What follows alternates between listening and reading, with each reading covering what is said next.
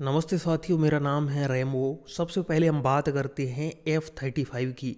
क्या F-35 fighter jet का केरल सरकार ने मजाक बनाया? इन दिनों केरला में यूके का F-35 फाइटर जेट काफी टाइम से पड़ा हुआ है। ये वही एयरक्राफ्ट है जिसको ये अमेरिका वाले अपना मोस्ट एडवांस एयरक्राफ्ट मानते हैं, जिसे हमें भारत को भी बेचने की कई बार कोशिश करी है। हुआ कि यूं कि 14 जून 2025 को अरेबियन सी में से यूके के एयरक्राफ्ट करियर से F-35 उड़ा, लेकिन हवा में कुछ गड़बड़ी होने की वजह से, कुछ मौसम में खराबी होने की वजह से F-35 को केरल की एयर स्ट्रिप पर उतारना पड़ा। पहले तो अंग्रेजों ने बड़े ड्रामे करे कि जी हम अपने एयरक्राफ्ट को हैंगर में नहीं ले जाएंगे। हैंगर वो होता है जिसमें ये एयरक्राफ्ट वगैरह अंदर रखे जाते हैं ताकि मौसम से बचाई जा सकें। इन लोगों को लग रहा था कि भारत कहीं F-35 की स्टेल्थ टेक्नोलॉजी को कहीं चुरा ना ले, ये ना पता कर ले कि इसके ऊपर क्या मटेरियल यूज किया गया है जिसकी वजह से अमेरिका इसको स्टेल्थ एयरक्राफ्ट बोलता है। तो इसीलिए इन लोगों ने इस एयरक्राफ्ट को हैंगर में ले जाने से मना कर दिया। भारत ने भी बोल दिया कि ठीक है भाई, तुमको जैसा ठीक लगता है कर लो,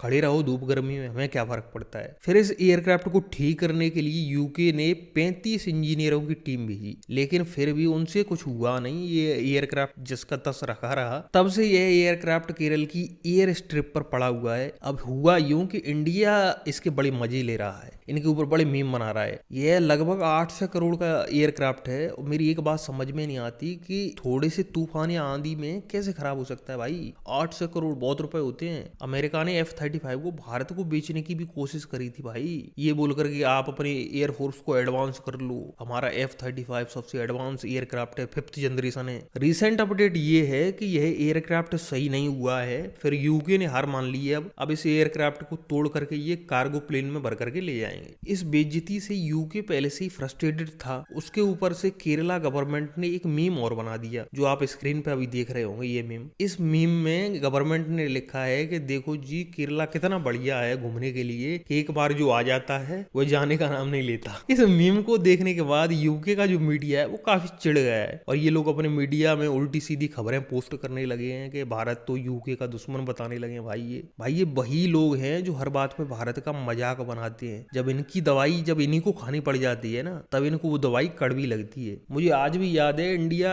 ने न्यूक्लियर में शायद कुछ अचीवमेंट करी थी। इन लोगों ने कैसे कैसे कार्टून बनाए थे, इंडिया गाय लेकर के खड़ा है और एक हाथ में परमाणु बम लेकर के खड़ा है। इन चोर लोगों को पूरी दुनिया में चोर नजर आते हैं। इस खबर पर आप क्या सोचते हैं, नीचे कमेंट करके जरूर बताना। अब हम बात करते हैं अगली खबर के बारे में।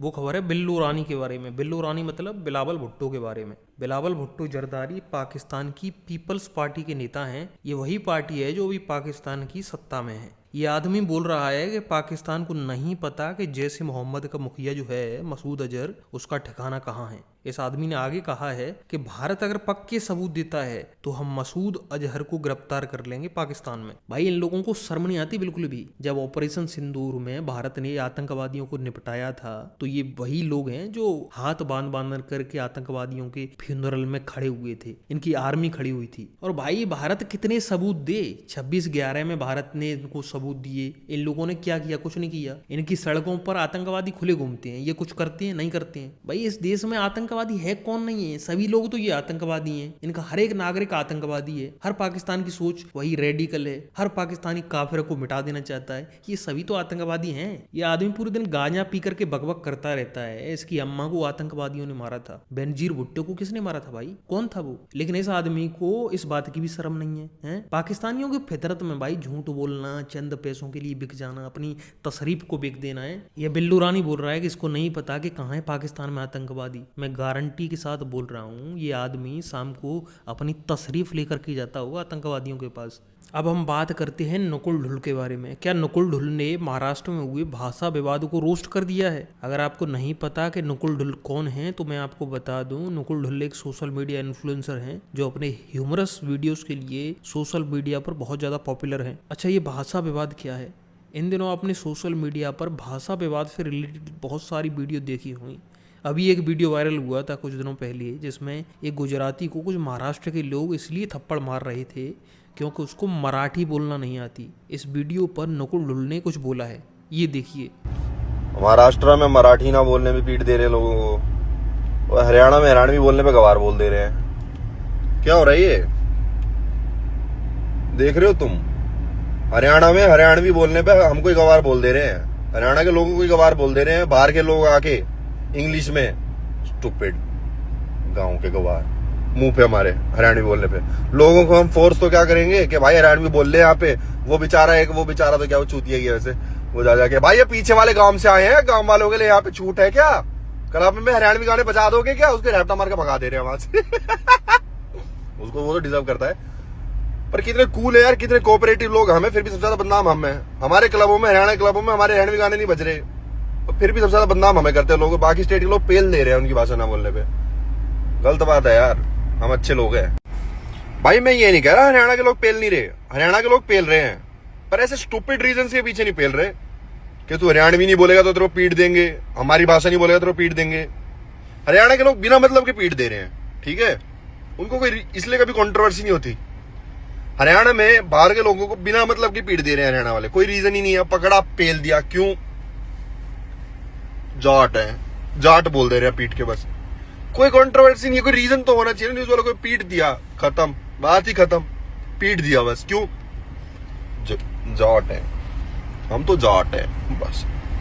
बाकी स्टेट वाले रीजन देके पीट रहे हैं, इसलिए उन पे इतनी केस हो रहे हैं, इतनी कंट्रोवर्सी हो रही है, इतनी बकचोदी हो रही है। एटलीस्ट हरियाणा की तरह बनो, पीटना है तो बिना रीजन में पेल दो, पैन चोद।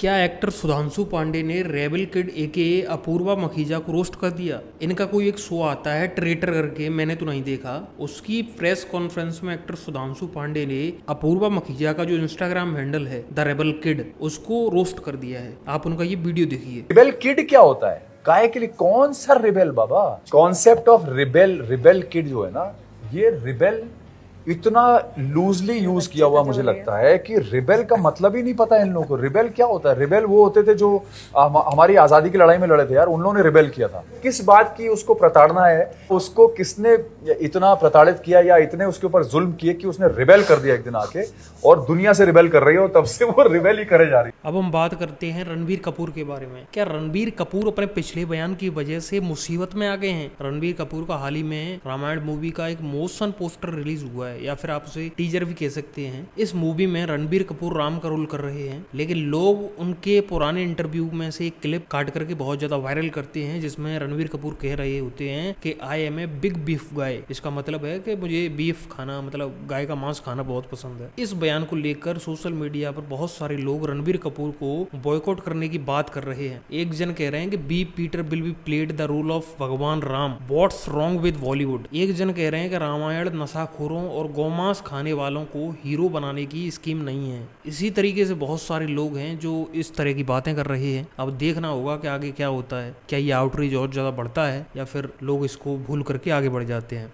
अब हम बात करते हैं थाराभाई जोगिंदर के बारे में। क्या जोगिंदर को एक क्रिएटर ने एक्सपोज कर दिया है? इंस्टाग्राम पे एक लप्पू सचिन नाम के क्रिएटर हैं, उन्होंने जोगिंदर को एक्सपोज करते हुए एक वीडियो बनाया है। उसी वीडियो में लप्पू सचिन ने बताया है कि कैसे जोगिंदर व्यूज के लिए ऑडियंस को मैनिपुलेट करता है। आप उनका ये वीडियो देखिए। जोगिंदर चोर, मैंने सोचा था कि मैं तेरे ऊपर कभी वीडियो नहीं बनाऊंगा, क्योंकि मेरा मेन मकसद था तेरा फेक गिव अवे वाला धंधा बंद करवाना, जो कि तूने कर दिया। तो दे दो, हमें भी 50,000, हमें भी दे दो 50,000 दे दो यार। लेकिन तू अपनी हरकतों से बाज नहीं आ रहा। अब तू फालतू के कंट्रोवर्सी में घुस रहा है। अभी एल्विश भाई और प्रिंस की कंट्रोवर्सी चल रही है, उसमें तू फालतू में कूद रहा है। अभी थोड़े दिन पहले तूने वीडियो बनाई थी कि एल्विश भाई अपना बड़ा भाई है। एल्विश, रोना नहीं है मेरी जान, फुल सपोर्ट है तेरे को।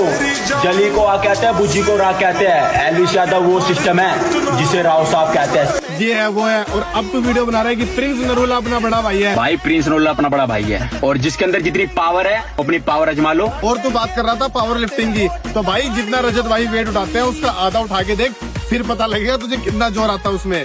और क्या गुड़गांवा की बात कर रहा है तू? गुड़गांवा का नाम खराब मत कर, वहाँ पे सबका भाईचारा है, हमारा भी भाईचारा है। ये फालतू की आवाबाजी बंद कर दे। जैसे तेरा गिव अवे वाला धंधा मैंने बंद करवाया था, वैसे ही तू गुड़गांवा से भी एक्सपोज होने वाला है बहुत जल्दी। गुड़गांवा में तुझे धक्के मार के निकालेंगे। जैसे तू अभी जयपुर नहीं आता, वैसे गुड़गांवा में रहना भी तेरा बंद हो जाएगा। तो भाई कुछ अच्छे कंटेंट बना ले और ये सब कुछ बंद कर दे। अब हम बात करते हैं प्रिंस नरुल्ला बीएस अलविस यादव के बारे में। क्या प्रिंस नरुल्ला ने अलविस यादव को रोस्ट कर दिया? प्रिंस नरुल्ला का अभी एक पॉडकास्ट हाल ही में आउट हुआ है। उस पॉडकास्ट में प्रिंस नरुल्ला की एक वीडियो है, वो बहुत ज्यादा वायरल हो रही है। उसमें प्रिंस नरुल्ला अलविस यादव की हवाबाजी की पोल खोलते हुए नजर आ रहे हैं। आप ये वीडियो देखिए। तो इनका काम ये है यार, ये इतने वेले हैं कि सारे पैसे उस पे लगाते हैं ताकि ये लोगों को दिखा के रखें कि ओहो एल्विश की तो आर्मी है। अरे घंटा आर्मी है यार तुम्हें इतना डर लगता है, तुम अकेले बाहर निकलते नहीं, तुम 4-5 लोगों को साथ लेके निकलते हो, फिर तुम अपने आप को बदमाश कहते हो कि बदमाश है। ये नहीं होता ना यार, हवाबाजी बहुत अलग होती है और मैंने भी ये कभी नहीं करना था, मैंने आज तक नहीं किया।